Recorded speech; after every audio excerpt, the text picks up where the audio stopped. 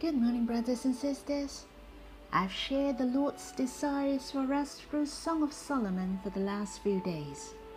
Brothers and sisters, we shall totally believe in it, 100% for sure without any doubt. The Lord loves us the most, even we may ignore Him sometimes. Do you know, His desire has never dropped. Therefore, our spirit shall fly before the Lord to enjoy His love. The Lord has many words of love in Song of Solomon.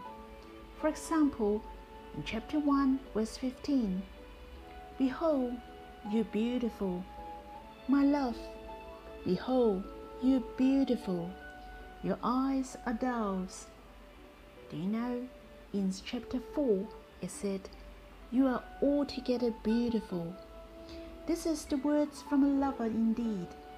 It's expression of appreciation and praise. But this is also a rational expression.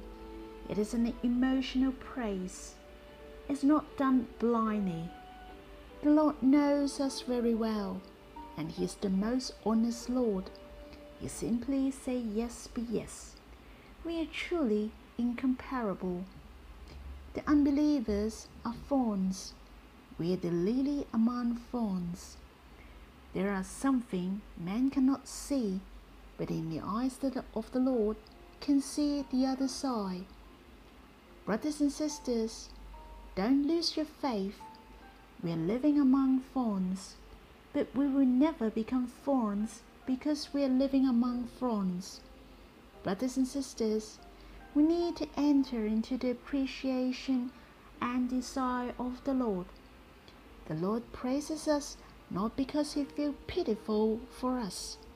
Don't be deceived by the enemies. I hope you can shout for joy loudly. Shout for joy to the Lord. Give thanks to the Lord. Yea, I'm the lily among thorns. I'm the Lord's beloved forever. I hope you can experience the love of the Lord towards you deeply.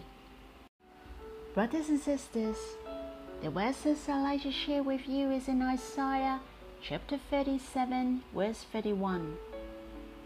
And it said, "And the surviving remnant of the house of Judah shall again take root downward and bear fruit upward." This is the word from prophet Isaiah spoken to Hezekiah, the king of Judah.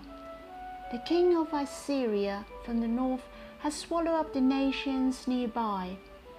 So was the north nation of Israel was taken by him.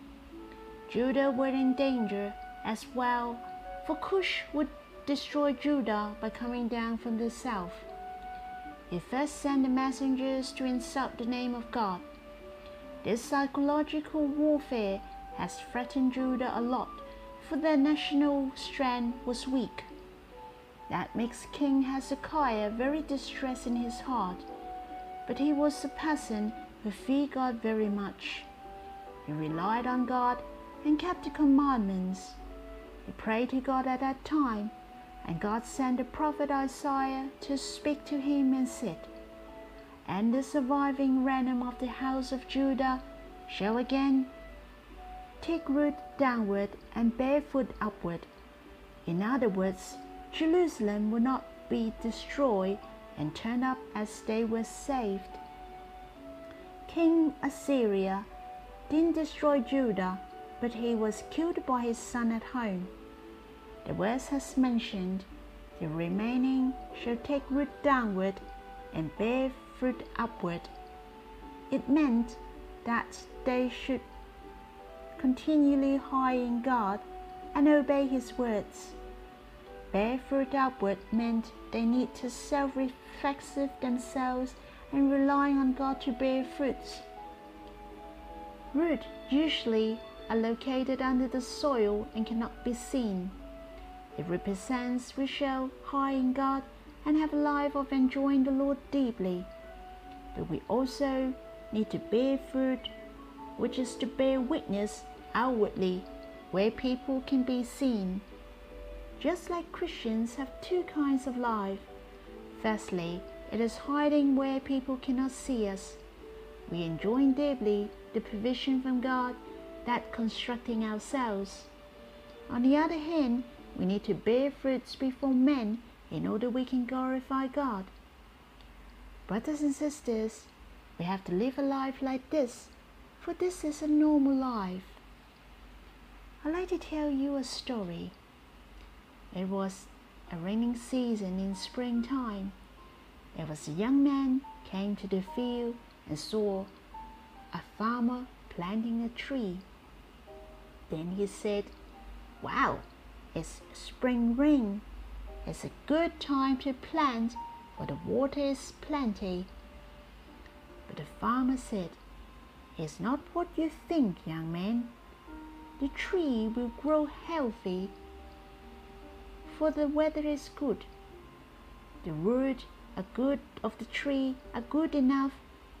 It looks good out of the ground, but when the storm comes, they will easily fall." The young man was shocked and asked the farmer, "Why?" The farmer continued, "If the weather is dry and the rain is less, the root can grow downward deeper to absorb the water in the soil. The deeper it roots, the stronger it stands when the storms come. The tree can survive better, for it roots deeper even during the dry season." This young man heard it and found this is very meaningful. He realized that when the drought appeared, just like we're facing the difficulties in our life, instead it makes our foundation stronger. It's so true, brothers and sisters. Sometimes trials and difficulties that we're facing are given by God. It helps us to build a stronger foundation. We shall root in God and learn to draw near to the Lord well, to live a life with the Lord. The deeper we root in the Lord, the more abundant is our fruits and branches. So, do you remember what this is said in Psalm? A tree planted by the stream of waters that yields its fruit in its seasons, and its leaf does not wither. Brothers and sisters, we shall learn from the tree. Our life as Christians shall take root downward and bear fruit upward. May the Lord bless you.